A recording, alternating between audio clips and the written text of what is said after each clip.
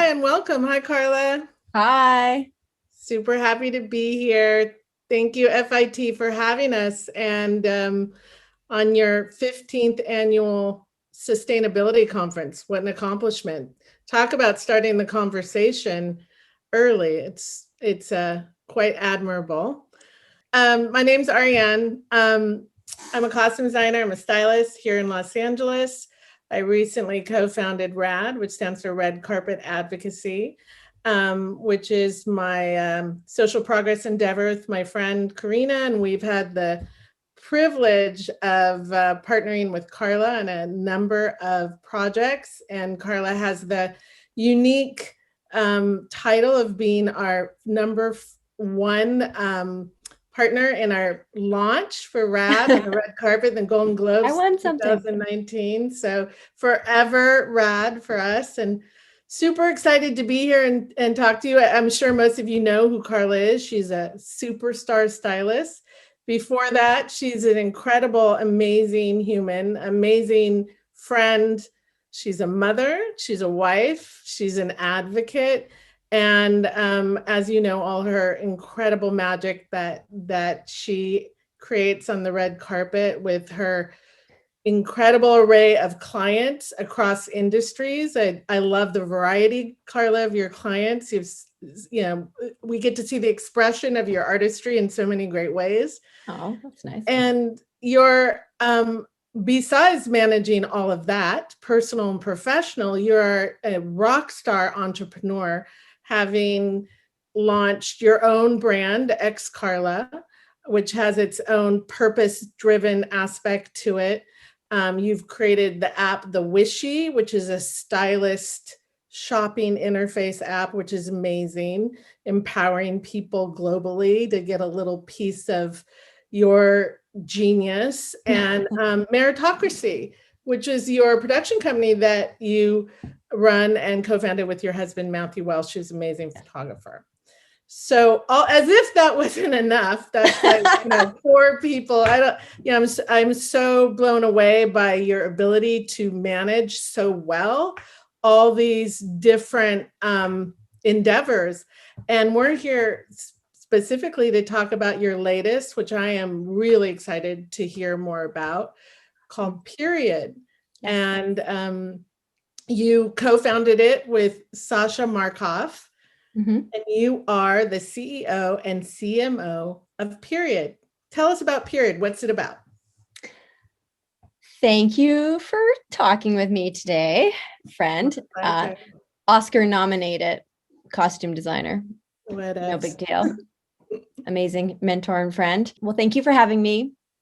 Period is sustainable period underwear in the way that we are here. Our mission is to help get rid of disposable period products that never decompose, that we believe and feel very strongly actually just continue the cycle of period poverty. We're a solution to needing something every month. And we're affordable. We're the most affordable in the marketplace. And we made a decision when we launched and as we developed the product that in order to have great impact on the world, that it needed to be accessible to everyone. So it's completely outside of the fashion space. This is health. This is equality. This is addressing social justice issues. This is everything. It's been such a huge awakening for me, and it's been a real tapping into what I truly feel is my purpose here. And I don't, it's not that I think everybody needs to have, we all have purpose actually, but it was just like this light bulb went off in my life that this was the path I was going to go down.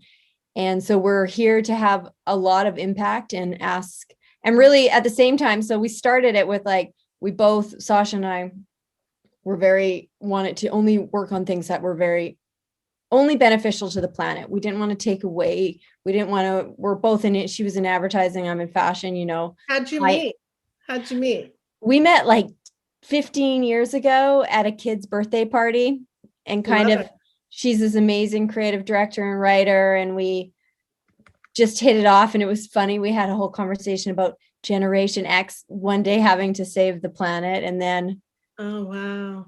maybe So 4 when years. FIT Yeah. was starting their conference, you met Sasha, right? Yeah, and we started our conversation, and we had regrouped like on a Levi's project I was doing, and then I told her like, hey, I'm starting this period company.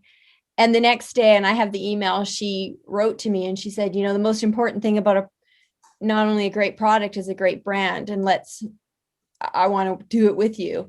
And my response was like, well, when can you start? And we started that day.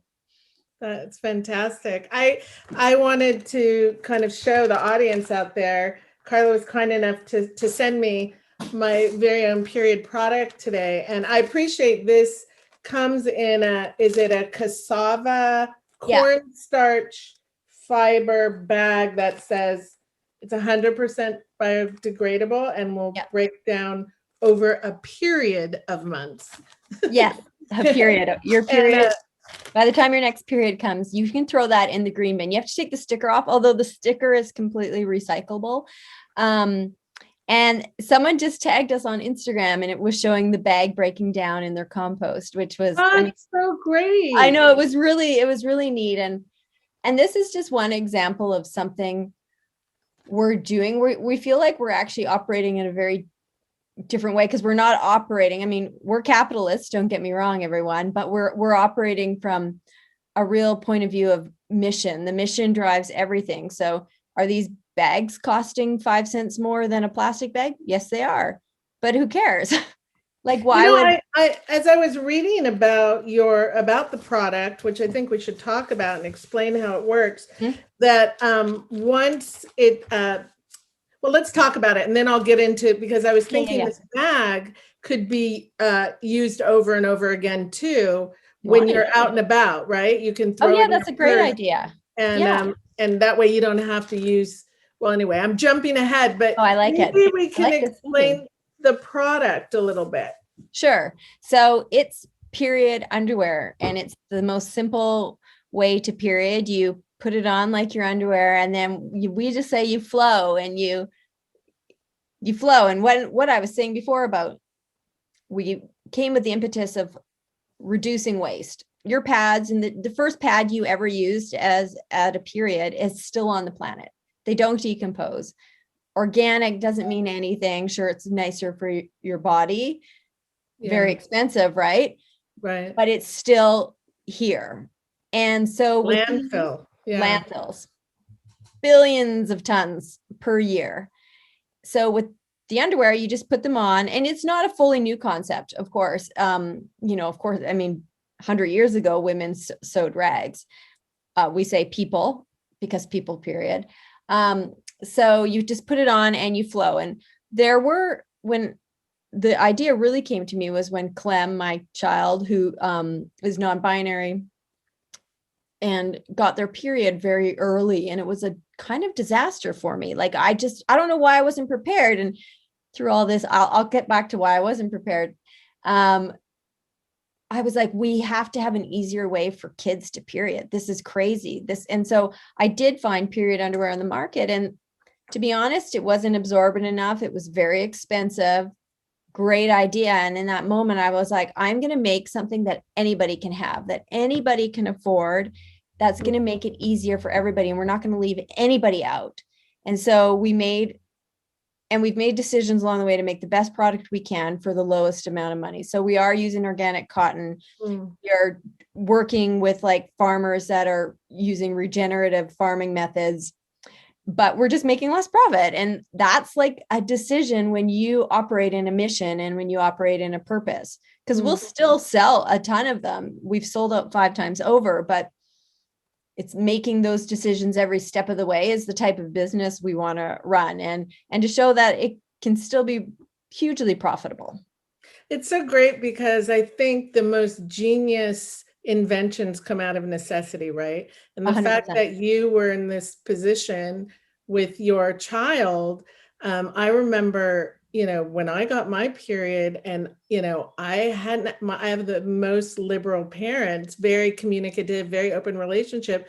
and my mother wasn't prepared either. We hadn't had the conversation. Yeah. And that was, and that was right in the point of innovation, because my mom had grown up with the sanitary belt. Right. And this was right when like OB started being made and stuff, and tampons and stuff. So I really like that when you spoke to me about this without telling me what it was a year ago, and you said, you have this mission-based business that you're working on, and you were going to tell me about it. I remember. And I remember thinking about that, something that you're very connected to, and the fact that as a mother and a woman, the fact that you have created this concept that's coming out of this necessity of this relationship you're having with your daughter, and that and how it seems like a no-brainer, right? I mean, I think it's worth describing how this works with the layers, because I was reading some of the packaging, and it's I think it might be off-putting to some people who don't understand how it works. Sure. Well, it's the concept of, and we say to people, it takes 2 periods to really get into it. Some people get into it on day 1. They're like, this is a total game changer. But essentially what it is you're flowing into your underwear and it absorbs. There's 4 layers and it just absorbs. Yeah. It's like a comforter. It's like really, it's like it's like a built-in pad. Exactly. The plastic feeling. It's a built-in pad, and then you wear it all day. And then at the end of the day, you take it off and you put on another pair to go to sleep in, and you can rinse it out. And the interesting thing about it that has happened to me personally, well, when I was thinking about this idea, I was really examining my own period. And that's when the waste thing came in, where I was saying, here's a pad, here's a tampon, here's the plastic it's in, here's the toilet paper you wrap it up in. What kind of garbage am I creating every single day? Yeah, gosh. And so there's the concept of, like, Sasha and I talk about it a lot. Like, is it a sacrifice? But then we say, well, don't we need to sacrifice? Like, we're past the tipping point, really, if we want to like get depressing, but we still every day have to make good decisions for the earth. And then as I started wearing this and exploring, why wasn't I prepared? It's because my mom didn't prepare me. She never had the talk with me. Why are people freaked out about this? Why are they freaked out about, oh my God, your blood? Well, then we realize we're up against centuries of a story that's being told to us by the patriarchy, of course. And then coupled on with Sasha, because she's such an advertising genius, she's like, yeah, well, we've been told by advertising for 50 to 75 years, hide your period. Don't let them smell you. All this stuff we've been fed. And so we're actually here to like destroy it. And we see like a pathway to destroy. We're climbing a mountain, but anything that can be changed, this is behavior change that we're looking at. We're saying, sacrifice your convenience, but you're going to find something so much better. And we get the most amazing letters from people who are like, these have changed my life. This is the best way to period. Like we're like period evangelicals. And I can't believe I'm just talking about periods all the time. It's great. It's because I never would have before, but now I'm like, oh yeah, let's talk about it. And let's, on a really, I don't feel like this is hyperbolic to say this, but like when you look at violence against women, have you raised a boy or anyone to say, actually, something a woman's body can do is have this period, like the period's being villainized and weaponized, and it still is all over the world, even in America. But if you raise and educate men and people who don't period, and we do say people who period because not just women period, we know this. Clem is not actually not a woman, so Clem periods too. And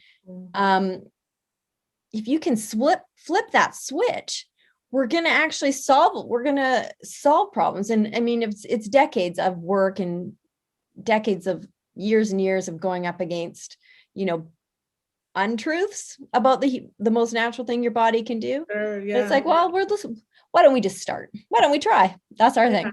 And it's women's health, and I think the more that we, talk about our bodies and our reproductive rights and how our bodies work, the less it becomes, it's true. Growing up, having your period, it's something to be shameful about. I mean, to be honest, I wore, when I got my period, it was like a badge, like I'm growing up, I'm a young woman. And, lucky for me, I didn't have painful periods at, most of my life I haven't. So, I think it's really great. And I also think that not everyone has access to, we know in a lot of third world countries that people don't, whether it's poverty or access or, so, I would think this would be revolutionary in terms globally, not just domestically.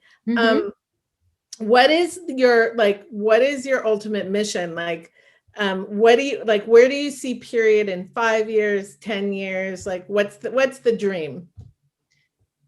I want every person on the planet who periods to use period, or to use a period underwear. Because I think it, the more the merrier is something we really believe. We don't really believe in competition, but we believe in setting a tone that we do with our own language.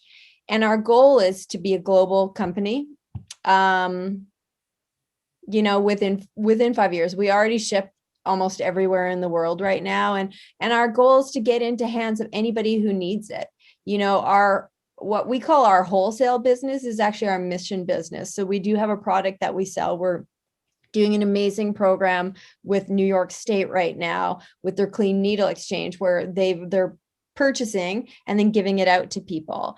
And we're talking to all sorts of foundations. Wait, explain that a little bit. So how's that work? Are you saying it's like the clean needle exchange? No, it's like as part of the clean, a lot of times the people who come in and use the clean needle exchange, for example, suffer from period poverty. And so they're looking for a sustainable option.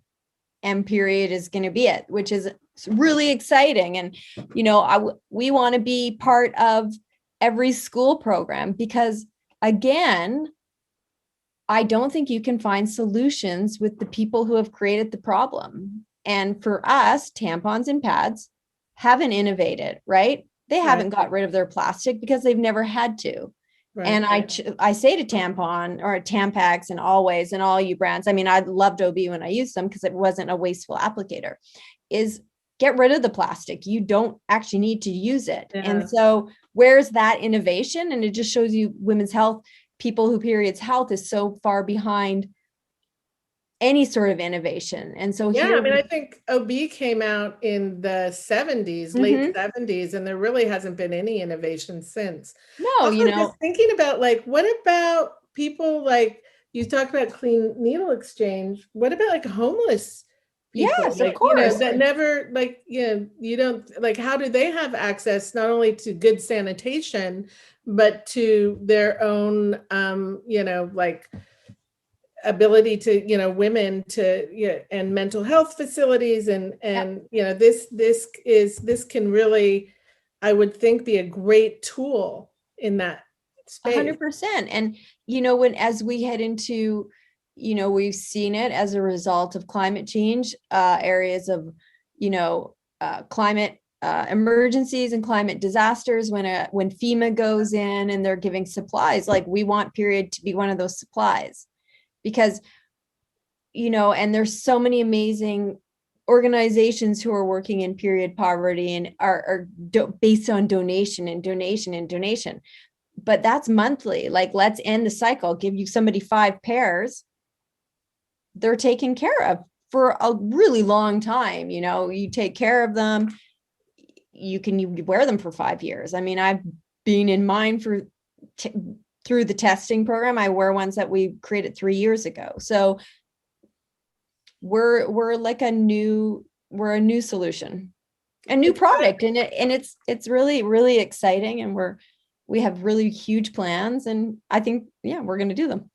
And what are your conversations like in terms of the impact on your personal life or your friends or at work, like talking, we don't, these are not typical conversations we have with, about our period, but this is like a wonderful opportunity to like have real, literally intimate conversations. What is that like? Like when you're telling people about this idea when you were launching, I'd imagine these were, not everyone would be comfortable talking about it.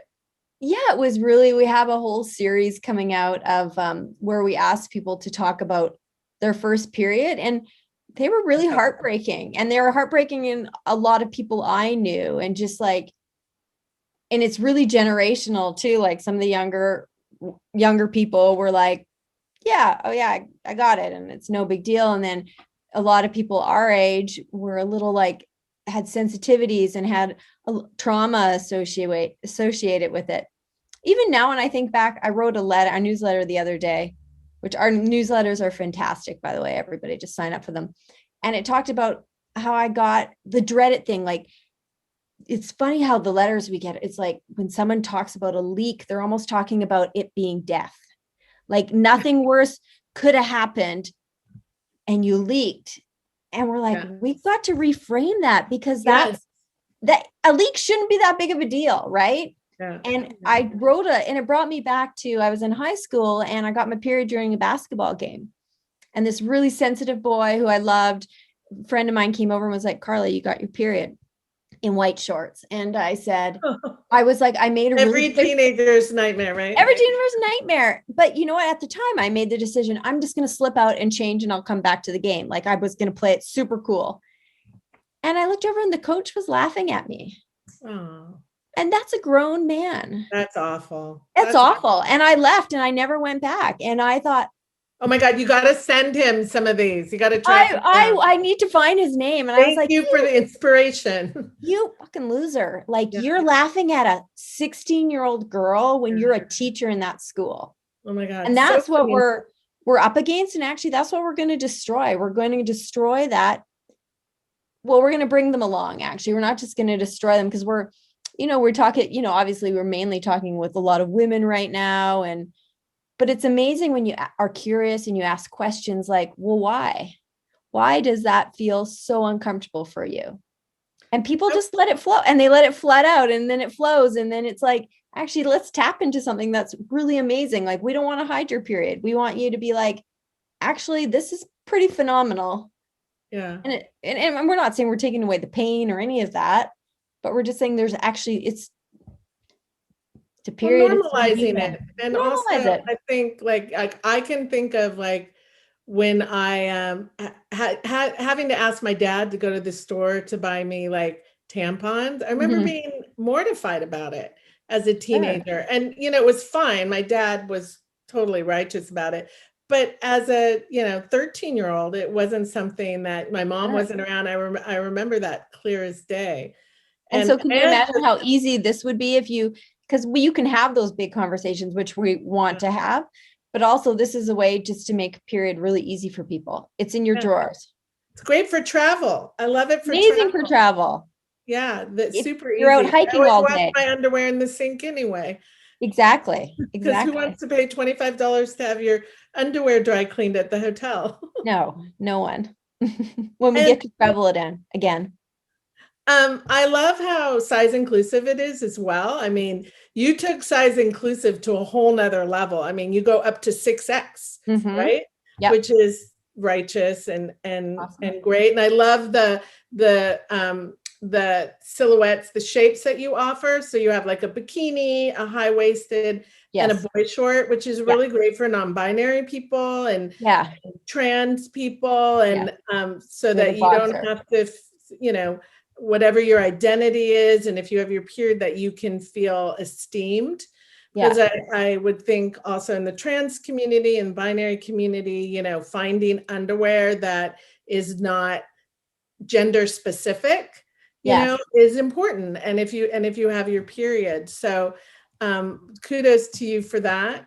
And I just think that this is so inspiring. What, like, for the people that are listening, for the students, in terms of, I mean, there's so much, I think, insight and gems that you can bestow on just the scope of who you are as a creative and also as an entrepreneur, and how you're able to, first of all, where do the ideas come from, and what is like, because if you were to do just one of these things, it would be enough, right?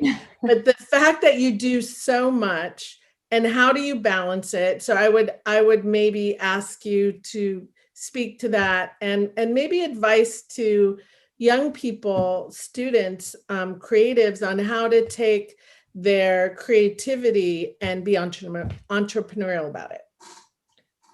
Well, there was a lot in all that in that question there. Sorry, No, that's all right. No, I love it. I mean, I love it. I think, when I do think about period, I think that period will very shortly become it is my main thing now. I realize at this point, it's time to, because we're at such an interesting part. We've had very, very rapid growth in less than 5 months. We're like ready for. When did you launch exactly? End of October. It got slowed down. During COVID. Oh, during COVID. Everything's been during COVID. So we've experienced like a lot, but what a great time to try a new behavior. Yeah, for sure. It's at home. Like the consciousness right now in terms of, everything is new and different, and doing things differently. It's actually really aligned. Yeah. And making choices that benefit the planet, and like, what are the small things you can do? So in terms of balance, I mean, that's a really, really hard one, because maybe now not at the end, but when I look back on how I started, I really had the attitude of, I'm going to try almost everything in styling. Like I did advertising, I did music, I did spec shoots, I, fashion a little bit, and just kind of like the season of yes, which lasted probably for, 15 years. And that's how it worked out for me. A part of me is like, oh God, do I really need 30 clients? But I have actually learned everything from every single one of them, which I'm sure you probably feel the same way as well. I mean, I do think there's the pros and cons of like that kind of wide net thinking. Sure. But for me, it was really, it's been really interesting. I just came off of, a month of like building with Justin Bieber, his new launch that we just launched today. And so it's exciting to get to do a lot of different things. Would I be a little more focused next time? Yeah, sure. But maybe not. So, and then part of the entrepreneurial spirit really comes from the get-go, really deciding that I needed to know how to run a business, which I really credit my husband, Matthew, who's my partner, who's an artist, but he has a really smart business mind, and just kind of giving me a lot of tools of how to guide myself and when to spend money to make money. And, a truly an amazing partner, and encouraging me to branch out in areas that I might have been afraid to. I mean, I think that's so great to have someone that you can come home to. And if I'm not mistaken, you grew up in BC in Canada. Mm-hmm. And did you work in the family shop? Yeah, I did. My dad had a menswear store, and I worked there, from like grade 1. Yeah, exactly. I mean, full circle of loving clothes and understanding service. And I think that's a real key to who I am. I'm working with celebrities too. You're truly in service, and that's what period is too. But understanding humans and relating and creating community and creating like a space beyond yourself. And so when I think about period, sure, I'm this co-founder and CEO, but it's really not about me. It's about something I can build, but we're looking at it in just such a really big way. So all the skills come into place, but I think knowing how to pay your bills is one of the most boring and appropriate things I could ever teach someone, and not be like, and just really like working hard. I mean, I'm a hard worker. That's what And it that comes down to. autonomy, I think being a stylist, you're a bit of we're a bit of an island. So having Yeah. that autonomy, being responsible for other people, being your own business. Mm-hmm. But what I would say just from the outside is that all your entrepreneurial projects, ex Karla, the Wishy, meritocracy, and now Period, really feel like an organic extension of Yeah. who you are. Like they are full-bodied expression of who you are as a mother, a wife, an artist, a creative, and as a business person. And I think your values are expressed through your business. And I think like one of the things I really admire about you is that you've been able to have a roster of clients who are as diverse as they are.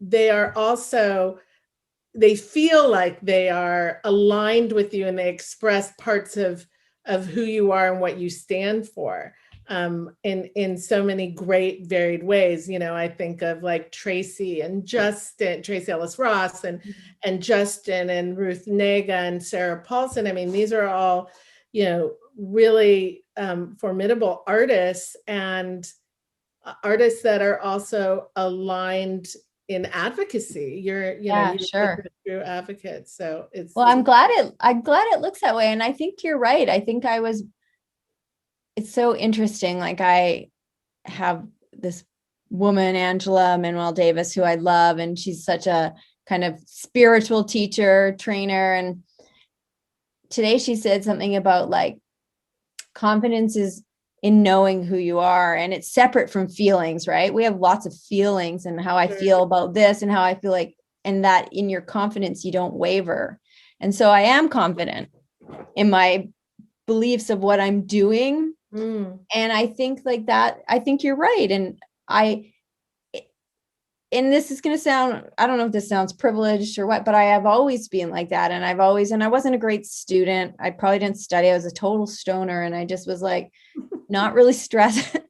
I mean, I'm sure my parents were really stressed out, but I always just worked hard. And I kind of like wasn't thinking so like, I've got to be like this by this age and I've got to hit these markers. Yeah. I put a lot of pressure on myself. Like sometimes at night I don't sleep. I'm thinking about Period all the time because it's bigger than me. But I think I flow a little bit. I know those nights. you know those nights. You're thinking about, oh my God, is it going to be right? But yeah, I do think it's an extension. And I think maybe it comes from really knowing who I am, that then those people, and I pick the people whose projects I really believe in. And yeah, maybe my thing is that I don't really say no if I love somebody. Like I love everybody I work with. I'm so inspired by them and I want to be part of their worlds and have that community with them. Well, it's It really clear fills that me up. it seems like it goes both ways because Yeah. we see, you're busy, and Tracy, we see them seamlessly supporting a lot of your endeavors, and it Yeah. feels super, super organic. And I love that Period. You also told me, in one of our conversations over a year ago, that your focus was really going to be about the planet and about what we can do in our lives. I remember you telling me that you had made a commitment, you and your family had made a commitment not to buy any more single-use plastics over a year ago. Trying.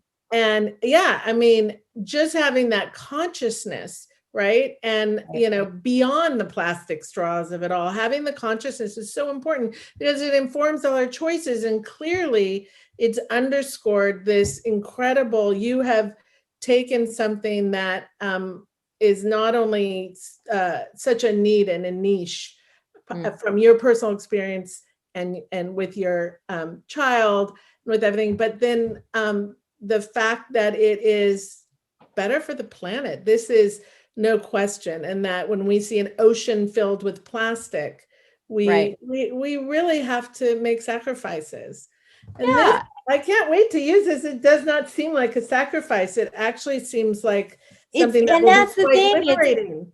It is liberating. And it's so interesting. It's really hard to almost like put Period in in a box of what it is. Like sometimes like you're talking, people are like, well, what is it? It's like, well, it's this, it's that, it's everything. Half the planet is having a period. Yeah, every month. How it's a amazing is cycle. that? And it's like, well, I want them to all be using, and it's great for pee. We talked about your mom, and I can just see Yeah. how it's gonna grow. Sorry And depends and like all that, you know, yeah, for all those also options that aren't great. They're plastic. Come on. They're not and going anywhere. This is like, but it does give bigger conversations about like water. And, I am trying to make the biggest commitment I can to the planet. And what was so interesting was like, well, how are you sustainable? And I'm like, well, we're sustainable is that every time you use a pair of period, you've taken that much out of our community has made a decision not to put that plastic into the planet. absolutely. So, I encourage, like, it's so amazing to have a lot of conversations about sustainability and fashion, but it's like really more important. Let's get some action and like make sure like we're really implementing things that are changed and not just talking about it, and accountability and also guidelines, right? Yeah. I think, as we see certain, corporations and trying to figure out what the guidelines are and stuff. I mean, I think that one thing is for certain, periods are going to last for as long as the moon has a cycle and the tide has a cycle. It's the intrinsic beauty of being a woman and being human and a reproductive system and being able to innovate that. And innovation like this, I think, is, a full expression of being creative about being, sustainable is an overused word, but being mindful and conscious about making a difference, using your creativity for that. Well, that's great. Yeah, that's great. And it's about a solution, right? It's like, it couldn't be further away from fashion, which I'm sure all the students are like, come on. But this is a solution. Like when we're talking to the school boards, we're saying it's your monthly disposables aren't a solution. Yeah. They're the spoke in that old wheel. And I think if anything we've seen over COVID, right, and through the civil rights movement, we are continuing from 50 years ago that there's a hole in the old world. And we see ourselves breaking through that and helping to create a new paradigm and a new world that, start your period, your first period. We want all those first time period people to think that this is the norm. So that's what's the difference between your first period and your first kiss? These are seminal moments in adolescence, right? Yeah. It's really, really great. Well, congratulations and thank you. It was so great having this talk. I feel like I learned a lot. And okay, good. I'm going to sign up for your newsletter. And good. You're going to love it. Already following you. What's your Instagram handle again? The Period Company. Great. So everybody, let's continue that conversation on Karla's platform. Thank you so much for all the amazing questions. And I sent your mom some pairs today. Thank you. She's going to appreciate it. Okay, amazing. Thanks, Arianne. Bye. Bye, you guys.